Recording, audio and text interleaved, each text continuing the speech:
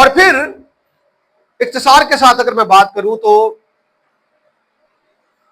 بہت سارے لوگ اس کو کھانے پینے والے جو لوگ ہیں وہ ریفرنس میں نے آپ کے سامنے کوٹ کیا، چرچز میں تعلیم بھی دیتے ہیں اور ریفرنسز دو پیش کرتے ہیں۔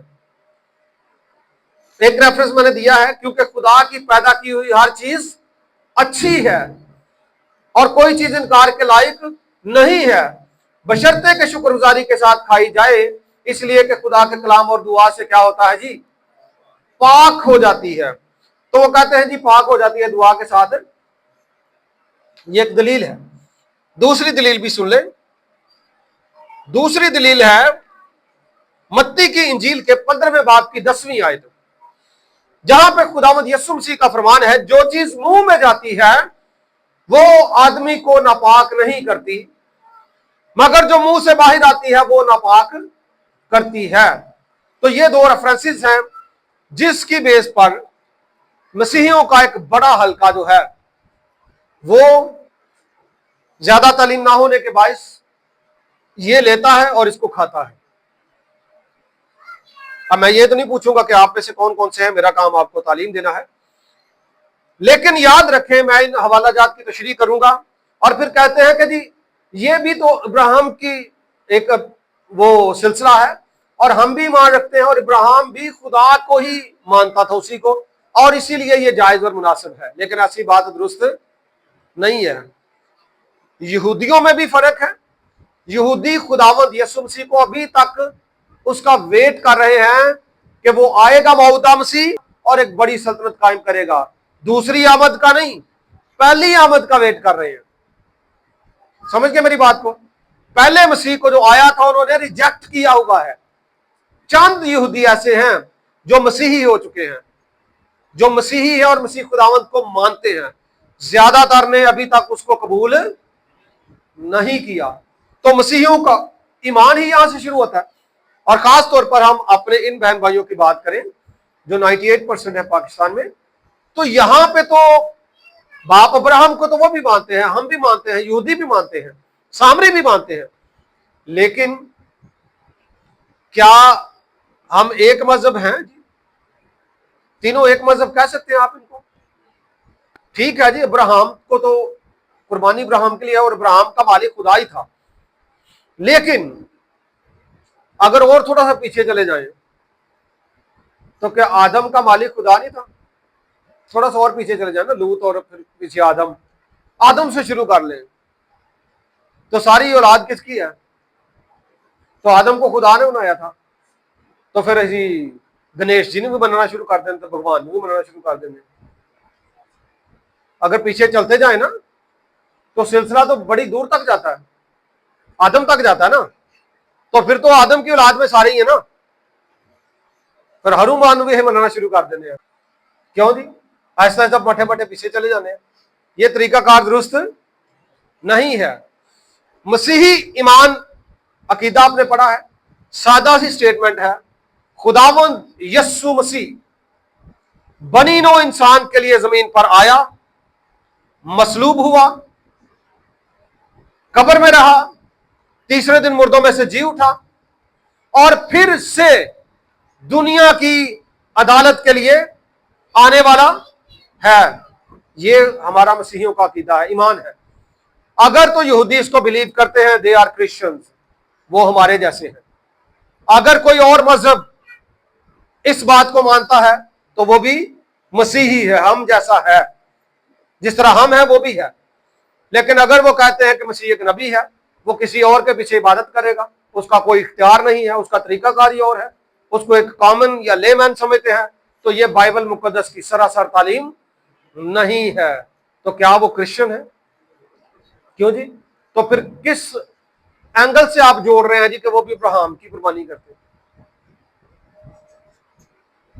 اس لیے تینوں فرق مذاہب ہیں۔ ایک اور ریفرنس میں آپ کے سامنے پڑھتا ہوں، مزید ہم اس کو پھر سیکھیں گے۔ کرنتھیوں کا پہلا خط اس کے 10ویں باب کی 20ویں آیت سے میں پڑھوں گا آپ کے لیے۔ لکھا ہے، نہیں بلکہ یہ کہتا ہوں کہ جو قربانی غیر قومیں کرتی ہیں شیاطین کے لیے قربانی کرتی ہیں۔ 19ویں آیت سے پڑھتا ہوں اس کو تھوڑا سا پیچھے۔ پس میں کیا یہ کہتا ہوں کہ بتوں کی قربانی کچھ چیز ہے یا بت کچھ چیز ہے؟ اس وقت بتوں کی قربانی عام تھی، لیکن اگلی آیت بڑی امپورٹنٹ ہے۔ نہیں، بلکہ یہ کہتا ہوں کہ جو قربانی غیر قومیں کرتی ہیں وہ شیاطین کے لیے کرتی ہیں، نہ کہ خدا کے لیے، اور میں نہیں چاہتا کہ تم شیاطین کے شریک ہو۔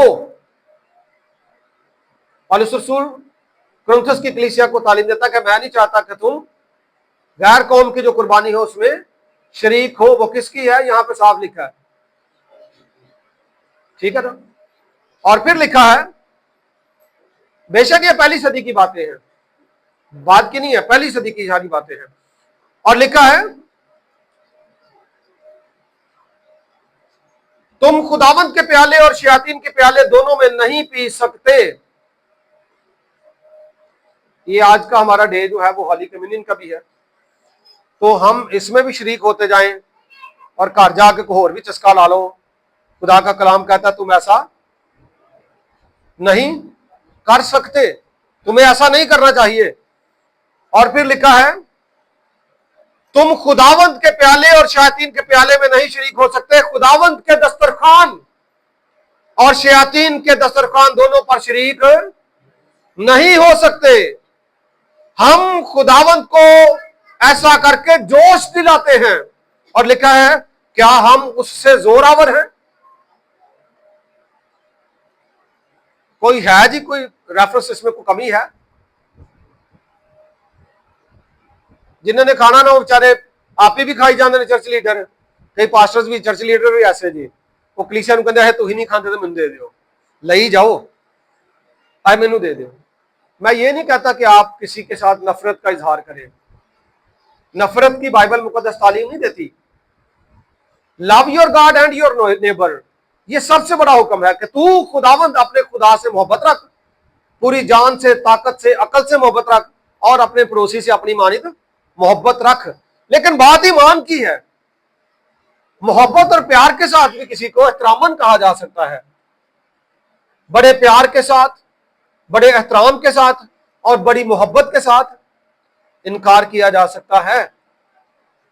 کئی دفعہ ہم کہتے ہیں نہیں بڑی پیار محبت ہے جی، بڑی رشتہ داری بنی ہے تو جی نہ نہیں ہوندی پھر بھی لایا کہ چلو کسی اور غریب بندے نوں دے دو، لیکن عقل اور محبت کے ساتھ۔ یہ نہیں ہے کہ کسی کو ٹارگٹ کریں، اس کو برا بولیں، اس کو تانا دیں، اس کی بھی کلام اجازت نہیں دیتا، لیکن چونکہ ہمارا ایمان اس کے اوپر بیس کرتا ہے اس لیے پیار اور محبت کے ساتھ ڈینائی کرنا ضروری ہے۔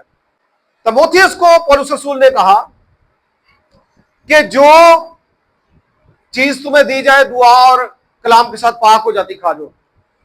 اس سے مراد یہ ہے کہ ابار کی کتاب میں جو خدا نے جائز اور حلال چیزیں قرار دی ہیں ان کو کھا جاؤ دعا کر کے۔ میرا پرسنل ایکسپیرینس ہے، یہ معیار ہے سمجھے کہ خدا کے لوگوں کا ہونا چاہیے، کہ میں نے تقریباً ہر گھر میں جاتا ہوں تو کچھ نہ کچھ اگر مجھے ملے، اچھی خوراک بھی کھانے کے لیے لوگ دیتے ہیں، اور اگر کوئی نارمل دیتا ہے تو میں نے کوشش ہوتی ہے وہاں سے بھی لے لوں۔ گھر میں اگر صاف ستھرائی اتنی نہیں ہے، اگرچہ ہونی چاہیے، آپ کو خود بھی ہاتھ منہ دھو کے صاف صفائی کے ساتھ کھانے پینے کا کام کرنا چاہیے، یہ درست بات ہے، لیکن پھر بھی ایک خادم ہونے کے ناطے میں نے کبھی نخرہ نہیں کیا کہ پانی نہیں پینا، کوئی اور چیز نہیں کھانی، ضرورت ہو جتنی ہو میں کیا کرتا ہوں کھا لیتا ہوں۔ یہاں پہ لکھا ہے دعا اور خدا کے کلام کے ساتھ وہ کیا ہوتا ہے؟ پاک ہو جاتی ہے۔ خداوند یسوع مسیح وہ ساری قربانیوں کا پیش خیمہ تھے، اور مسیح نے وہ ساری قربانیوں کا سلسلہ بند کر دیا۔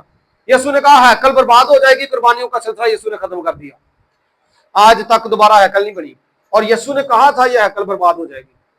اس کے بعد سے کفارے کا سلسلہ بھی رک گیا، پردہ بھی پھٹ گیا، سارے سلسلے تو یسوع نے ختم کر دیے۔ اس لیے یہ واضح تعلیم ہے کہ خداوند یسوع مسیح نے سلسلہ قربانیوں کا ختم کر دیا اور خود قربان ہو گیا۔ اگر ہم کسی اور قربانی پر ایمان رکھتے ہیں تو خداوند یسوع مسیح کی جو قربانی ہے نا اس کو ایک طرح سے ڈینائی کرتے ہیں۔